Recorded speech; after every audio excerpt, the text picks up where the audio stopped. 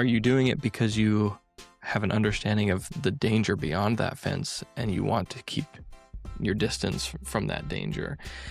One of the things that we get trapped in is the idea that crossing that fence is sin. Now, it can lead to that sin. That's why we put up that fence, right?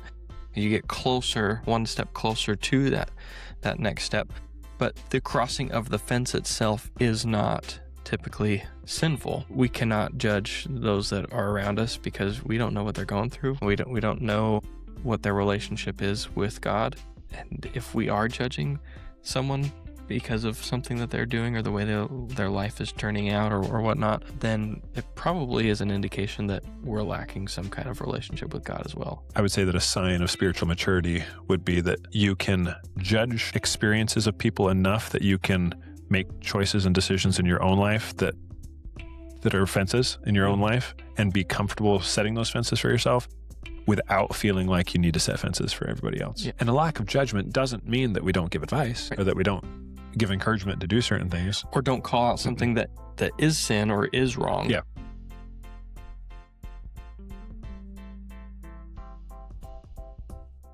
Welcome, everybody, back to the No Bushel Podcast. We are your hosts, Big Ben and the Burning Bushman. We are excited to get together with you guys today and talk about our next little segment. Our topic today is going to be fence laws, which I believe I first heard told by Anthony Sweat. As the first person I heard talk about this, but it's kind of revolutionized the way that I think about commandments and laws and how we strive to be obedient to the gospel. So that's going to be our topic. But before we do that, please like and subscribe. That helps the algorithm to bump this to more people and build the show. So thanks for listening. Yeah, we appreciate it. Let's get into things. So when we're talking about fence laws, there's lots of different ways we could approach this, right? There's a bunch of different avenues that we could take it. Should we start with the analogy of the fence? Yeah. So, because I'm not sure how familiar this term is with. That's a good idea. So the idea being that imagine, we're going to paint a scenario here, a picture for you. Imagine you are a farmer. You buy this plot of land and you're really excited to let your kids play on this land. It's got all sorts of different things and places for the kids to play. But then there's this one weird thing about this plot of land, and that is that there is a hole that goes down and down and down. It's an eternal hole that just falls forever. And you think, well, I want my kids to play back here, but I can't have my kids fall in that hole. So you build a little tiny fence around the hole. And then you look at it and you think, that hole is still kind of dangerous. My kids are probably going to get over that fence pretty easily. And so you build a bigger wall around that fence. Yep. And then you build a bigger wall around that fence. And the idea, concept, the analogy being that sin can cause us, like we fall, right? Yep. We break God's commandments, and there are certain commandments that he asks us to follow, and we don't want to actually sin. And so we put protective features into our life that surround that sin so that we don't get to the edge where we actually sin. Does that make sense? But then we sometimes create bigger and bigger distances between the sin that can in and of themselves become problematic. So where in our story, so many fences are created that the land's good for nothing because there's so many fences, it just takes all the fun away. Right. Right. So that's kind of the concept here is what things do we do that when there's a fence, we feel like we're sinning when we cross a fence. And fences are meant to be protective. And so we should all have fences, but that those fences need to be personal and that we should not judge others based on their fences. Yeah. Because we can all benefit from different types of fences. And we need to be sure that we don't feel like we've lost everything when we break a fence and suddenly it's like, oh no, it's right. You feel bad for going against maybe a moral value what you thought was a moral value, but it's just a fence, That's where we each have our own individual fences. You said that we should have our own personal view on some of these things, and we each grow up with different fences that our parents put up, helped kind of instill in ourselves, and we build our own as we grow up and learn. There are some that our community puts up around us. There's some that our church puts up. There are different layers and types of those fences and where those fences come from. And the point of, I think, what we're really going to get at today is, why are the fences there? What is the purpose of that fence? And is it a good or a bad thing for you individually, depending on what that fence is?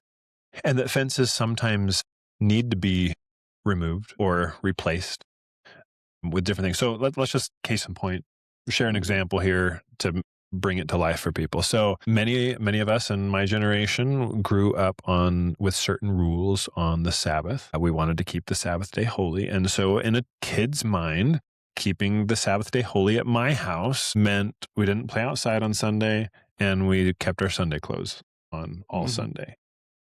And we went to church. So like, those are all fine things. But as we get older and we internalize, okay, this is how I kept, this was the application of a broader principle of keeping the Sabbath day holy. And now I'm trying to mature and develop and become my own self and recognize, okay, what's going to help me and what's going to help my kids? What rules do I want to have for my kids to help them learn the value of the Sabbath? I'm not saying that any of those rules were bad. They were good. They helped me. They were positive things in my childhood. However, as time goes on and culture changes, when I was a kid, that's how most people kept the Sabbath. Most people wore their Sunday clothes, and lots of people didn't play on Sundays. And so it was like, culturally, it was easier to do those things because everyone else was doing them. And so sometimes, or just all the time, culture's constantly changing, and the core doctrines and principles, like that's I think the key here is that this gets back to the analogy we've shared before, but of the tree, where you have the roots, which represent the core doctrines of the church. You have the trunk that represents the guiding principles of the church. And then you have the leaves, and the leaves are like the individual application. Your interpretations of that. And many are good, but leaves, they change with seasons. But like in my case, like I remember being a young adult and striving to come into myself, if you will. Yeah. And it was hard for me to be comfortable. For example, like if I didn't wear Sunday clothes all of Sunday, that was uncomfortable to me, and it kind of felt sinful to me initially. And I'm going to be perfectly honest, like I still today, I typically wear Sunday clothes most of the Sabbath. That is something we've continued to do in my family. However, my intention and purpose behind it is not to keep the fence law. It's because it's an internally made guiding post that, and so are there times that I don't? Yeah. And there have been periods of time when I haven't at all, but it was a conscious choice for us to keep that fence there because we felt helping our family in positive ways. For sure. And it's the purpose. I feel like every episode we come back to like having a purpose behind whatever we're doing or whatever we're talking about. And to me, the purpose of your fence, whatever it is key. Are you doing it just because that's what you've been taught to do? That's just the tradition, or that's what mom and dad have always said, so it's just what I'm going to do for the rest of my life, even though I don't really understand why I'm doing it, or it's just part of who we are? Or are you doing it because you have an understanding of the danger beyond that fence and you want to keep your distance from that danger? One of the things that really I think that we get trapped in is the idea that crossing that fence is sin. Now, it can lead to that sin. That's why we put up that fence, right? You get closer, one step closer to that next step. But the crossing of the fence itself is not typically sinful. For instance, not wearing your Sunday clothes on Sunday. Is that a sin? No. You can still keep the Sabbath day holy. You can still keep the Sabbath day holy and wear not wear Sunday clothes. You can still keep the Sabbath day holy and watch sports or play games with your family or go outside. Everybody has their own interpretation, but if that's your interpretation, then that's how it's keeping you from not obeying or from breaking that commandment.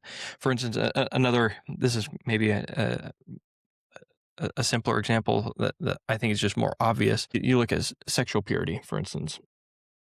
To have sexual relations outside of marriage we would say that that's a sin, right? That is breaking the law of chastity. One of the offense laws that I grew up with, and I think is pretty generally accepted, is I grew up no one of the opposite sex in my room, in my bedroom, right? And especially not alone. Is it a sin for me to be in the same room as with a girl by herself? No. If it was, then I'd have to have somebody else with me every time I had like a patient in the clinic that was Mm-hmm. of the opposite sex. The law, the defense law, the idea behind it was by preventing me from being in the room with someone of the opposite sex alone, it kept me from the potential dangers of wanting to go further with some kind of intimate relationship. So I think that that's probably more easily recognizable. Like, this is a law, these are things that we do to stay away from it, but doing that one thing is not in and of itself a sin. But sometimes we feel like it is, or we judge others.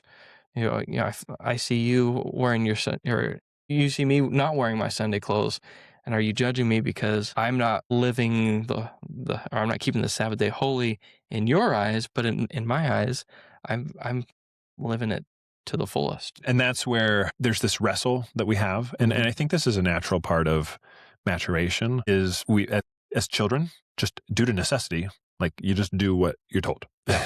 and you're taught certain things, and the action helps you to internalize things in the long run.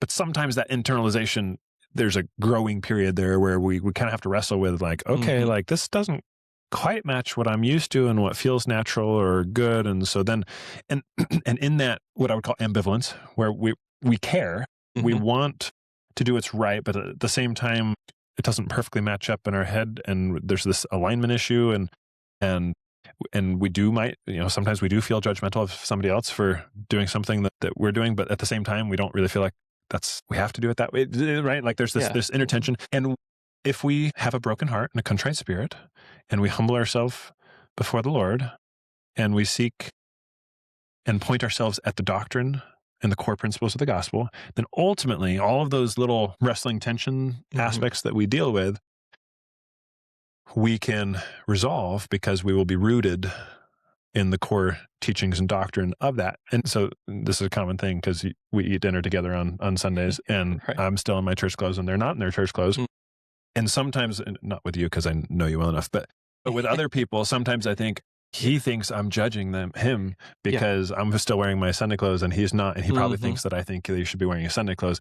Like, I could care less, but that's just for me and my life and the state of my life and status, the progression of my family and whatnot. Like, that's been valuable to my family. And so we can have ideals, and a lot of these things are just advice, right? I mean, whether you're going in the same room, like, that's good advice. But if it happens, hopefully you get out of there with no issues, and you can recognize that that was advice. There have been times where, for instance, talking about Sunday clothes, this is an easy one, because for me, I grew up also wearing Sunday clothes every Sunday, all day long, and I just hate wearing collared shirts, to be honest with you. It's something that just goes against my nature. So when I get home now as an adult, like, it's almost freeing for me to be able to just get into not my button-up collared shirt and be able to relax, and it allows me to feel a little bit freer. For me, that works. But there have been times where, we've been invited to go somewhere for dinner, and I like, do I need to text him and be like, are you guys wearing your Sunday clothes? Or like, is this, and we shouldn't be at that point. Like you said, it doesn't matter. But I think socially, we do allow ourselves to have that judgment or be fearful of judgment in different things. And that is not good for us. We want to have confidence in our beliefs and our decisions and our choices that we're making. And that confidence is what is going to allow us to really benefit and grow, rather than being timid and just doing what other people are doing to fit in or not be judged. And I would say that we have to be careful when we feel uncomfortable in a setting like that. Once again, as long as we have a broken heart and a contrite spirit, and we're striving to, like, there are some cases that, not the some, but there may be some cases where you're kind of pushing against the grain a little bit, and you're feeling a little bit uncomfortable, and maybe the Spirit is telling you to do something different. But just because you feel uncomfortable doesn't mean the Spirit is the cause of that discomfort. Yeah. And there are social norms, and when you break a social norm within a culture, a little bit of an awkward situation, and yet you can still. There's so many examples of this that we could draw into it. There are differing levels of application. So we mentioned advice, right? So a friend, like a cultural advice, right? So no prophet, no anybody ever said it. It's just like culturally, all members of the church do this thing, and so because lots of people do it, whether that's leaders having facial hair or whether that's right, like nowhere is it actually said. I know people are gonna comment on like the unwritten order of things and whatnot. Times change. Like there's going to be. I am curious when we get our first apostle with facial hair. I think it'll be in my lifetime. But we know it changed once, and so it can change again. And that's the thing is looking at the eternal perspective of things. Some things are just plain advice. It's still a good leaf for some people, but it's just advice. But then there are differing levels of leaves. The church, the prophet might come out and say, prophetic advice of some sort. For example, earrings. So one set of earrings is sufficient for a young woman, Well, that was like 25 years ago now, probably, that he said that. And some of the guidance in other church works has lightened up a little bit. So now you have your people who the prophet said it once, and that is my law. And they view that almost as a commandment, or so this is strange too, is that even commandments can be leaves and not core doctrines. We would all say that the word of wisdom is a commandment, and yet we've only had that since the early church, and different dispensations have had different commands. So it's not, the word of wisdom itself is not the core doctrine. It's based on principles, but it's for modern application. Right. And so even major commandments, so that there's kind of differing levels of leaves. Some leaves that we're going to be a little bit tighter on, maybe because they're more directed by the church, and others that this is just pure advice. More personal inspiration. Yeah. You touched on something that I think is also important, because oftentimes, especially in the church settings, we get that advice from a trusted leader or someone that is in a higher position of influence. For instance, specifically a prophet said it. Sometimes prophets say things in an interview. Sometimes they say it in general conference. Sometimes they say it over the pulpit as they're bearing their testimony, or just face-to-face talk, and we can take whatever they say as strict commandments as what to do. And sometimes it's just advice. It's just that, hey, I've got some pretty good experience with this thing, or I have a pretty good relationship with the Heavenly Father as his servant, the prophet. Let me give you some advice as to what he's saying is beneficial for you to follow. And if you do, I have a pretty good idea that these are the blessings that will follow. If you don't, here are some potential downsides. And oftentimes we take those things and we say, oh, now we have to do this, or we cannot do X, Y, Z. And if you do, then you are against the prophet, you're against the church, you're against God. And we can oftentimes find ourselves judging each other, and feeling uncomfortable and down on ourselves, because we have that struggle of, is what he said just advice, or was it a prophetic revelation given from God that I feel that I need to really hone in on? Absolutely. And we need to be really careful too with the way that we view what obedience does. Okay. Because there is this strong idea, very strong idea, that it is obedience that draws us near to God. Now, everyone will hear that and not gawk at it at all, but it's not necessarily true. Because you can be obedient to things not commanded by God. Okay. And that's the trick, is that when we put these leaves on a pedestal and that's all we focus on, then we get we try to judge where the line is, right? Like, can I drink caffeine? Can I do this? And you're just focused on that as opposed to being focused on your relationship with God. All obedience should come from our relationship with God and our trust in Him, rather than just white knuckling, like, I need to do this way, and I need to do this way. And when you hone in on just the leaves and you forget about the doctrine and your relationship with the divine, that's how we feel close to God, is through wrestling and feeling God's grace and love in our life as we wrestle.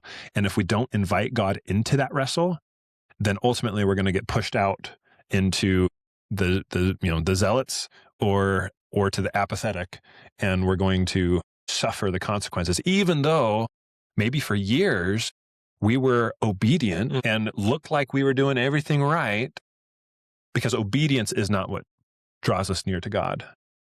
At least not obedience to leaves. Obedience to having a broken heart and a contrite spirit and seeking God. The obedience opens the door for that relationship to really grow. And you hit on a very key point. It's a good point that relationship is really what we're getting at. Everything that we talk about is pointing towards having a relationship with Jesus Christ and how He has affected us, blessed us, and saved us. And the purpose of those fence laws is so that we can keep that relationship and build upon it without falling away. Again, I draw back to, what is your purpose? Why are you doing the things that you're doing? If you have a purpose behind it, then great. If you're just doing something just because you've always done it, maybe it's time to rethink that thing, whether it's wearing church clothes on Sunday, or what your rules are on kids in separate rooms, or do you not drink Dr. Pepper, or do you not drink coffee or tea? Like, what are the reasons you're doing these things? Is it just because, or do you have a purpose? So here's an interesting one. Read your scriptures every day. Yes. Okay. Great counsel, great advice. Okay. But what would be better if I read one verse every day, or if 3 days a week I studied for an hour? Right? Like, what would be better? Either one could be the answer, right? Exactly. Yeah. So, and again, that goes back to the purpose. Like, you can dive into either one of those options, as far as, maybe I'm studying, but am I really studying? Or is that one verse, like, what's drawing you near to God? What are you getting in? And it's that purpose, right? That is giving you more of a reason to do that thing. Historically within the church, we've dealt with a lot of these. I'm just going to kind of like list some of these. If you want to talk about them, we can. But so we already mentioned the earrings, like tattoos, word of wisdom. So like the word of wisdom was like in the text, not by commandment, right? But then it became commandment over time, and by commandment meaning for temple worthiness. But even that could change again. Like the qualifications to go to the temple. These are the current qualifications are not necessarily eternal cord doctrines themselves, but they are a current application of eternal principles. 3-hour church to 2-hour church. So like that was one that most people were excited about. Isn't that funny how some things were like, whoa, we can't be doing that, and other things are like, oh yes, I'm a big proponent of 2-hour church. But if you think about it, I mean, prior and this is good. I mean, the church defined that to keep the Sabbath day holy, you should attend church 3 hours a day, and then suddenly that changed. And some people might say the church changed its doctrine. Most people didn't with that one because they were more excited about it than anything. But in my mind, like, is there really any difference between that versus changes in blacks in the priesthood or polygamy? I think like some of the bigger things where people really kind of put their arms up, and because how could the church have done this or done this and whatnot? But like there were applications and principles at that time that were different from ours now, and we're so judgmental of prior applications that we need to realize there's a time and a place for different applications. We often think that because we are in the future of what was past, that we are better than what happened in the past, and that's not always the case. Sometimes we just have different interpretations and things, and social norms and whatnot, and those norms do play a role in why things happen the way that they do. Something that I know I struggled with was the changing in the For Strength of Youth when it became less prescriptive. Like I really wrestled with that for a while. This was a big one, and it's happened multiple times. Yeah. just 2019, I think, is when it happened. Probably. It's been a This while now. most recent. It Yeah. feels like it was just recently, but I know. it's been like 5 years. You're just really old. So, but with the first strength of youth, when that changed, a lot of things that in my mind, as I grew up, because they were there my entire childhood, like it Mhm. felt like these were core doctrines slash like Yeah. this is the way that it is. And we have to recognize that really most everything is an application of underlining core doctrines. And the not that's not to say that all of the current applications were wrong or bad. Many of the applications are Right. still good. But when it was an overemphasis on the leaves, and I think the brethren recognized, okay, we've been prescriptive, but people are awfully judgmental, and they're awfully they're so focused in on what they're told to do that they're not taking enough agency unto themselves to act rather than to be acted upon of their own free will and choice. And we need, like, for growth, you have to be able to do it of your own free will and choice. Yeah. Yeah. Well, one of those big ones that changed that I, as a youth, would have been viewed as breaking the law was dating before 16. Like that was a big one that changed. And now it doesn't really say that. It's just go on dates, but do what you feel is right. Essentially, is what we're For the told. parents, Yeah. and parents should have rules around these Yes. things. Yes. And again, these rules, these fence laws are good and they are beneficial. We're not saying It's- scrap them all. Yeah, just understand them and why they're there, and then maybe you need to make some tweaks in how you're applying them. One of the things that I have been thinking of as we were talking about this is because you mentioned the change in almost simplicity of the change, like taking away some of these fence laws and allowing us to really think on our own. Before it was you can do X, Y, Z, or you cannot do X, Y, Z, and that was it. And if you did or didn't do those things, then you were doing good. And now there's a little bit more what I would consider gray area, where it's like we have to kind of figure out on our own: am I living the right way? Am I not? And I think back to Christ's time. I mean, he was the example of that as well. Like at his time, the Pharisees and Sadducees had however many hundred rules for keeping the Sabbath day holy. Their fence laws were there to help them keep the Sabbath day holy. What Christ came and told them was, you're so focused on those fences, those rules to keep the Sabbath day holy, that you're forgetting how to really focus on the Sabbath day worship and what you're actually getting out of it. And he came to fulfill the law of Moses, gave us the new law that was really simpler. Moses had each of these commandments, and then Christ came and said, those are good. Those are good. You should still live by those ideas and those laws. But really, you just need to love me, and you need to love each other. And if you can do that, then I'm going to give you some direction. I'm going to give you a couple, key things to do over your life. But if you do those things, you're going to be all right. And that was a dramatic shift from what the people at that time had been taught. And we're getting more and more of that as we go in today's world. So oftentimes we struggle with that change because we haven't had to wrestle with why we're doing those steps in the first place. We need to allow ourselves and those around us space to mature in their relationship with God, and to not just say, oh, you did this, you're a terrible person.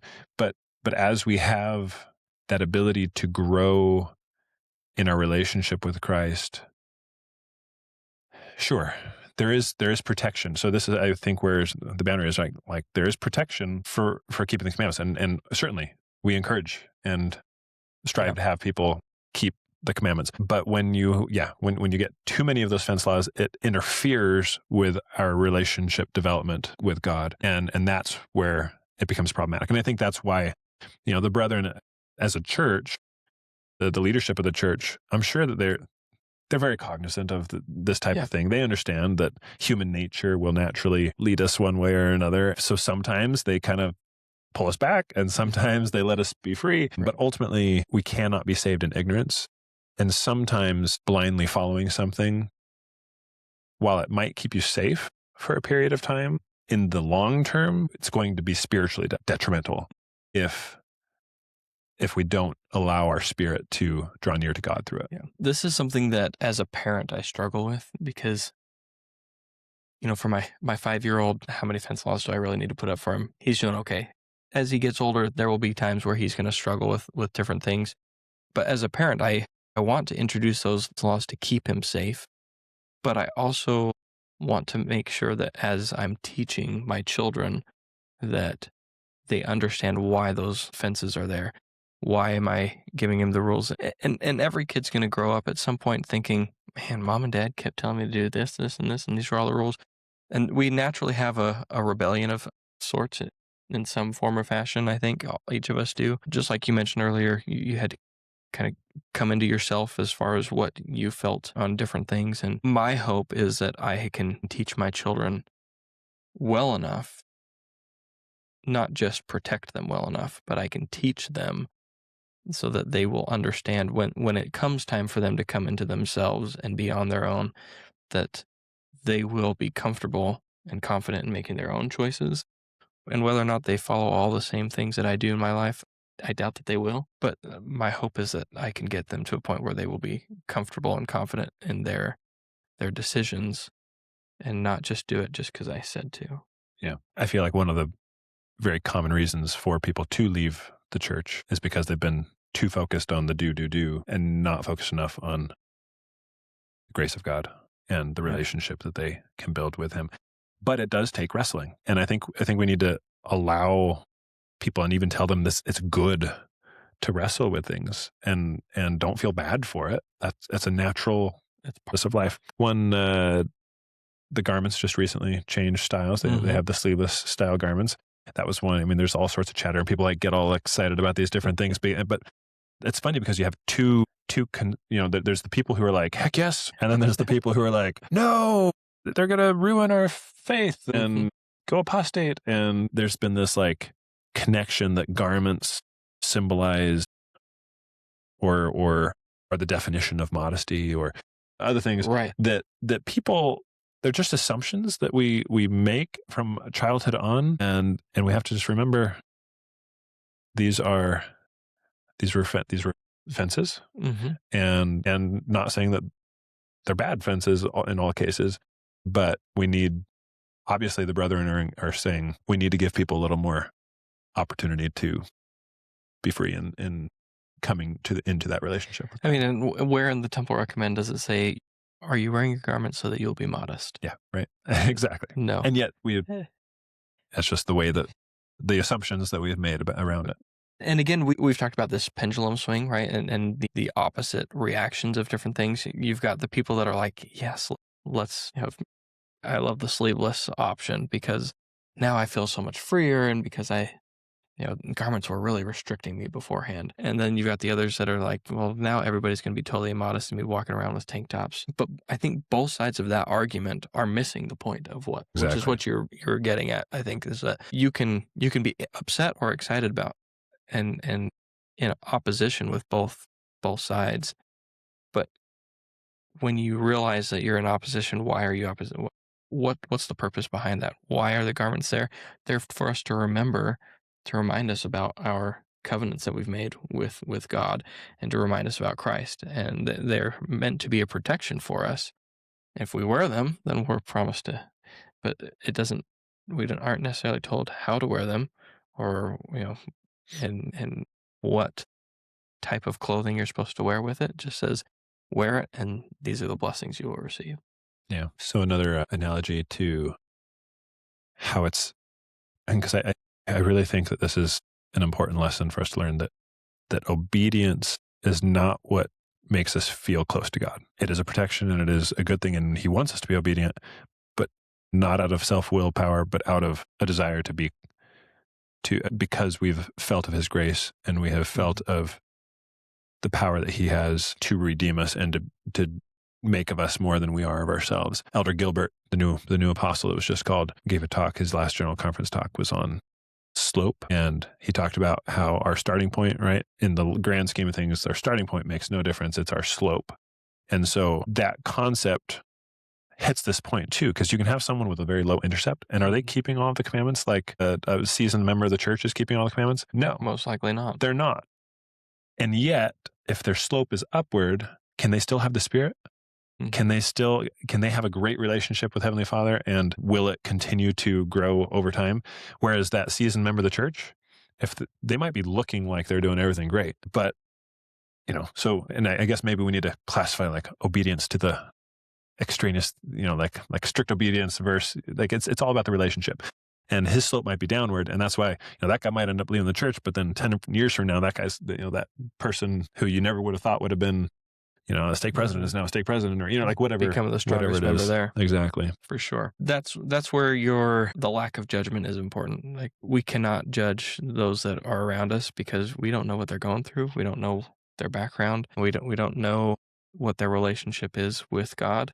And if we are judging someone because of something that they're doing or the way their life is turning out or whatnot, then it probably is an indication that we're lacking some kind of relationship with God as well. We have something that we need to do on our end to fix that, to remedy it. I would say that a sign of spiritual maturity would be that you can judge experiences of people enough that you can make choices and decisions in your own life that are fences in your own life, and be comfortable setting those fences for yourself without feeling like you need to set fences for everybody else. Yeah, part of that comes down to your understanding of who you are and who the people around you are. We are all children of God, and if we can have a godlike love for the people around us, then I think we can have that understanding and lack of judgment, and also a love for ourself that will give us the confidence to do what you just said. And a lack of judgment doesn't mean that we don't give advice, or that we don't give encouragement to do certain things, or don't call out something that is sin or is wrong. Yeah, exactly. Yeah, absolutely. So, okay, just for funsies, I thought it might be kind of fun to, sometimes it helps to create boxes for things where you can think through it and think like, could that actually change? Could that not change? Could that, what is core doctrine? What is not core doctrine? And I was just thinking of things down the road in my mind. What could I see changing that a lot of people might actually have a really hard time with that change? But that if I set my framework up properly now and I recognize what is core doctrine and what is not core doctrine, that will help me as things change. So like even just recently, the scriptures we use, right? Like we were using, the church used King James Bible. The church used to be very clear, like we always use the King James Bible, and they just kind of lightened up on that, said other versions are good to use too. The temple recommend questions in the last several decades, there have been minor adjustments and changes. Minor tweaks to the language itself. Nothing overly dramatic. But I mean, the prophets define who can go in the temple and can't. And like, you could have total drastic revisions in what qualifies someone to go into the temple or not. You could. I don't see that happening, but you could. I don't either. Yeah. I'm just, it's a good thought exercise here. What else you got there? The language of prayer. So this is one. So, and this is where you have to find a balance sometimes too, because it's like, you might have a couple of the prophets who hit it every so often. Like you'll have a language of prayer talk every 5 years or so, maybe. Yeah, it's not super often. It's not super often, and then at some point they lighten up on it and things can change. So I will say I have been a huge proponent of the language of prayer because the prophets and apostles have taught it.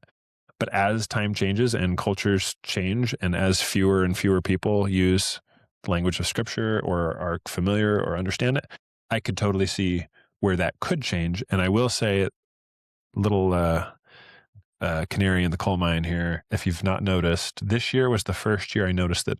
So it used to be that the language of prayer also came into all of our church music, that lyrics and church music were in the language of prayer. But for the first time that I am aware, and I could be wrong on this, but this year's youth music, the theme songs for the church youth do not use that language. They use you and me, which the first one I heard, I was like, wait, what? It is a little weird, right? It kind of takes you back. A lot of that is, I don't know.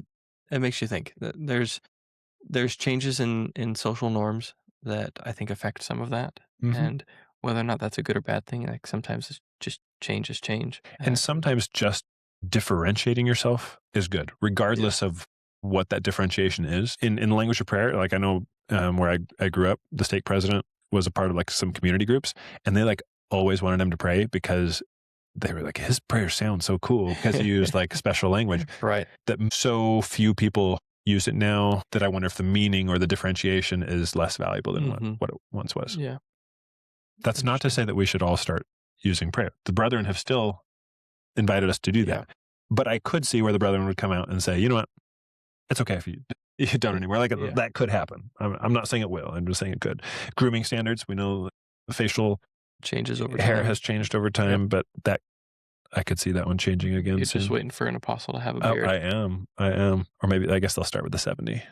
That's right. Because it would move from group to group to group, right? Because you used to never see stake presidents or bishops with facial hair. Now you get them every now and then. I'm curious in your area. In our stake, well over half. I think there's only two of our 7 units, bishops or branch presidents, that don't have facial hair. And I'm one of them, and I keep some scruff sometimes. But every other bishop in our it is more common now area than it used to be. Has facial hair. For sure. And then, so this is actually a change I think needs to happen. If any of the brethren see this. I'm a little nervous about what you're about to say. The young woman's theme. So the themes change every so often. The young men's and the young woman's theme. But the young woman's theme says nothing, doesn't even mention the word mother or motherhood. And I think that's a shame. I think that we should be promoting motherhood for our daughters. Anyway. I agree. I think that we should be promoting motherhood for our young women. I'm going to trust that the brethren had some good inspiration as to why, but sometimes that inspiration, we have to wrestle with that. Again, that doesn't mean that you still can't teach your young women to I'm not be saying mothers. that it's wrong right now. I just think that we could change it and it could be. It would be better. There's nothing wrong. It just got omitted. So what are some fence laws that you guys have? What are some ideas, some things that you live by, choices that you've made that were just because it's tradition, because your parents made you, and so you've just continued doing that? And what are some things that you've changed that have been beneficial that allowed you to build that relationship with God, with Christ, and to feel freer and more comfortable and confident while also building that relationship? And again, that purpose is the key. Why are you doing the things that you're doing? How can you own it, make it yours, and be fully confident in your relationship with God? Yeah. And like always, let your light shine. That's what we're here. Why we're here at the No Bushel podcast, and what we're all about is sharing a good message and helping to inspire thought-provoking information. Think about the things that we're talking about. We don't always know the answers, and we could be wrong on half the stuff that we're talking about, but we're here to just kind of think and ponder and learn together. If you've been thinking and liking what you're hearing and it's making you want to change or do something inspirational, like and subscribe, share it with your friends and family, and pass along the message. Have a great night, and this is the No Bushel Podcast. We'll see you next time.